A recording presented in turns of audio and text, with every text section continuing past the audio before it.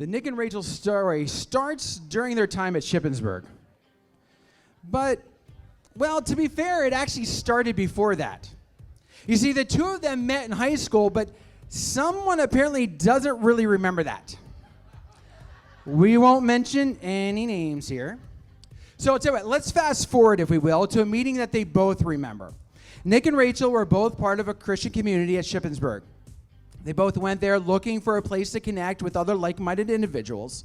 However, despite meeting and getting to know each other, our story still doesn't start here. In fact, it's not until both of them have graduated from Shippensburg and Nick is back in Williamsport that the two of them start to really hang out. But nothing more. Just hanging out. Now, Rachel would often come home from graduate school, and the two of them would get together for coffee or for lunch and just basically keeping in touch. Now, I know what many of you are thinking. Surely there was interest from at least one of them. Otherwise, why would two people consistently get together anytime they could? Now, they both swear to me that it was nothing. So, how do we get here? Well, for that, we're going to fast forward to summer of 2019. Rachel's now living back at home, doing her internship at Geisinger, and Nick was working in the area while going to City Alliance Church. He invited Rachel to go there, introduced her to a lot of his friends, and they all started to hang out in groups. In fact, they started hanging out so much, some people started to talk. Like, apparently our parents had a conversation at church about us dating. Like, I think that summer of 2019, and my mom told me, and I was like, oh, this is so embarrassing. Well, in September, something important happened. Nick was volunteering at City Kids. He had just brought the kids up when I saw him, and I remember my stomach like doing this flip of like when you like someone, and I was really caught off guard and was like, oh my gosh, what's happening? I don't know how I feel about this. Uh-oh. Well, no worries. No worries. Obviously, Nick would get there too. In fact, for him, it happened following a hike that October. Originally, now this was supposed to be a group thing, but somehow everyone backed out, and it ended up just being the two of them. So I was like, okay, like, let's go. And we did. And I think at that point in my head, I'm like, I think I like her. And then by an hour car ride, a 4-hour hike, and an hour car ride back, soon after I was like, yeah, I like her. All this time together, they really got to talk a lot, and in deeper ways than they ever had before. They would talk about their likes and dislikes, but also about their families and their hopes and dreams and just goals for life.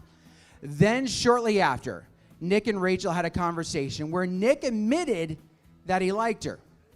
This budding relationship developed from a great friendship. Their gradual hanging out and being comfortable with each other led to these new feelings. All right, let's get to the good stuff. Their first date. Now, this happened November 2nd, 2019.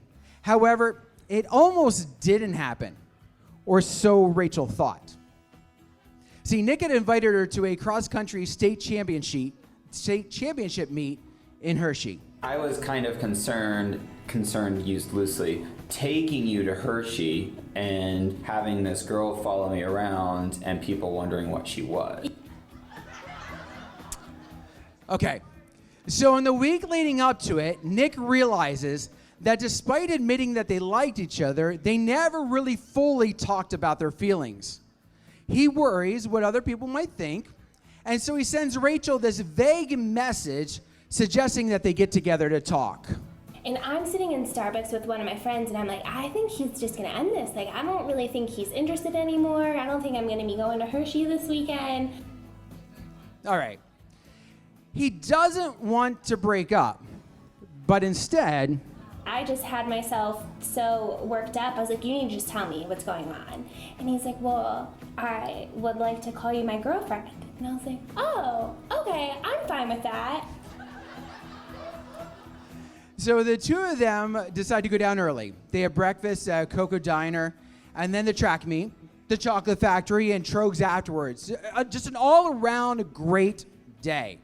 To top it off, at the end of the date, there were no worries about when they might see each other again or what would happen because they had already started to talk about being boyfriend-girlfriend and were already seeing each other almost weekly.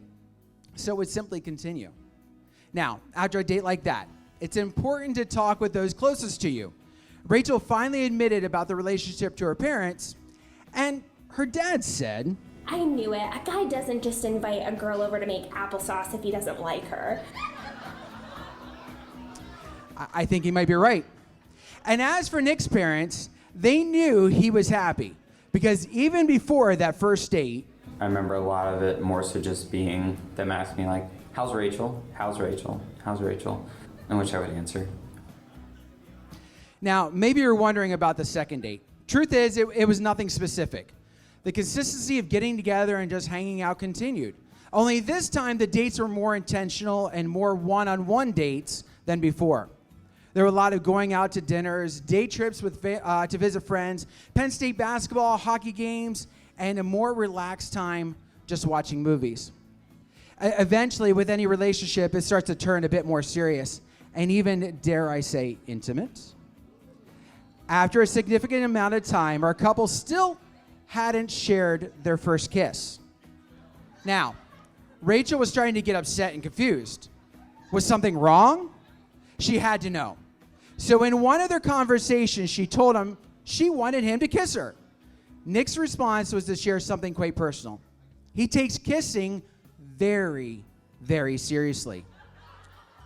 To him, it is a symbol. Oh, go ahead and kiss. That's all right. To him, it is a symbol to show that you really, really love someone. He also proceeded to tell me that he did want to kiss me. So in this conversation, I learned that he loves me and that he does want to kiss me. And so it turned out to be a much better conversation than it started. So a few weeks later, in the doorway of Nick's house, as Rachel was getting ready to leave, Nick said, He told me that he loved me. Very nice. To what Rachel then said, I love you too. and dare I say, he kissed her. Way to go, Nick. All right, now I got to tell you, some of you know this, right? Nick and Rachel really are made for each other. In fact, we're both foodies, so whether it's going out to eat, we also both love to cook and make our own foods. So I feel like a lot of what we do does center around food and drinks. okay, but besides the food, they like to be outside, hiking, exploring, biking, getting together with friends. But they also enjoy board games and trying to find ways to convince the other to watch shows or movies that they're interested in. You know, like Star Wars, Lord of the Rings, or sleeping through romantic movies. They also like to share a lot of the same values, including their relationship with the Lord and serving in the church. And while they both like to travel, how they stay when they get there, well, that's a little different. You know, a nice tent to a nice bougie hotel difference. Yeah, I'll glamp. Okay. So in May of 2020, Nick and Rachel planned a trip to the Finger Lakes. While this would be a nice getaway, Nick also planned an intentional conversation that would lead to discussions about their future. As Rachel recalls, I think you referred to it as like the M word or something like that. these were questions they needed to know and figure out before they could ever really progress towards marriage. And while sitting on the dock at the cabin they had rented, after a lot of those questions were answered, Rachel vividly recalls. He was like, I want to marry you, Rachel. Now, by the end of the trip, and without really getting, by the end of the trip, and without really telling Nick, Rachel had calculated when she wanted to get married, and as a result, also back-calculated to when she expected a proposal would happen. Now, despite the conversation in May, there was no real push to get engaged. There were a lot of things happening that were causing enough anxiety already. Things like Rachel finishing her doctorate, and would that mean a job locally, or would she have to move? If she did move, what would that mean for Nick? Would he move too? Or would they wait until they were married and then move? Until all the pieces really fell in place, the engagement would have to wait. Now, eventually, those uncertainties would be figured out, and it was time to start to plan the proposal. However, as any gentleman like Nick would do, you should get their parents' blessing. I get along really well with Gene and Tracy, but it was for me to just call them up or just show up and say, hey, I want to marry your daughter. Like, I was terrified to do that. Now, what I was told, though, it was a very smooth conversation, and Nick did get his blessing. Rachel, who is a super fan of Hallmark movies, had this theory that Nick was going to do the proposal in Brandon Park on Christmas Eve, or maybe he would put it in her stocking. Well, he got me a stocking, but he was all shady about it and like wouldn't let me see the stocking ahead of time. So I was like, there's definitely going to be something with the stocking. And then the stockings went up and there was no proposal. And so I was like, well, now I have no idea what's going on. All right, so Rachel was wrong. It's okay.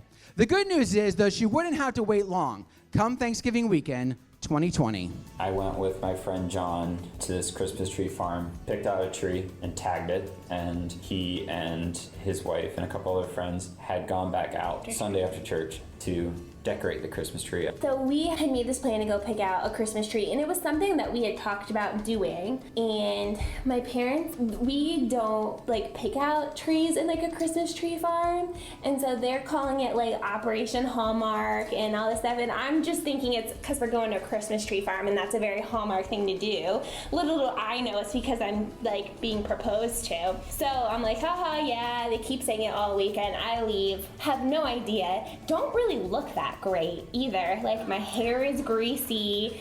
So we get there. I knew a type of tree I wanted, so we're just walking through, and there are actually a lot of really good Christmas trees to pick from, and Rachel's picking some really good ones. They're symmetrical, they're full, and they're just not the ones that I picked out. So I'm like, let's keep going. I think I had to say that 3 or 4 times, let's keep going. Thought nothing of Nick saying, oh, like, let's just keep looking, because Nick likes to see all of his options before he decides. So I was like, that seems like a normal Nick thing to do. Anyway, we finally get to the point where I can see the tree that has been decorated, and we're getting closer, close enough to be right by it, and Rachel walks right by the tree.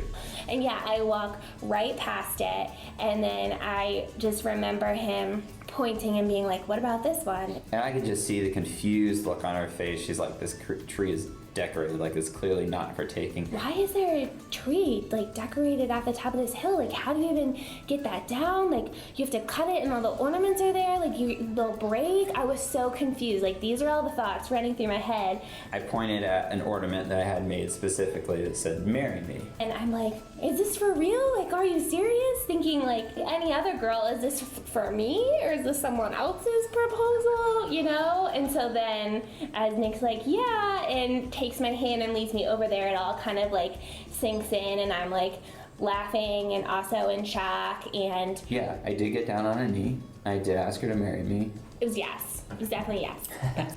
And that yes brings us to this moment, the marriage of Mr. and Mrs. Nick and Rachel Hessert.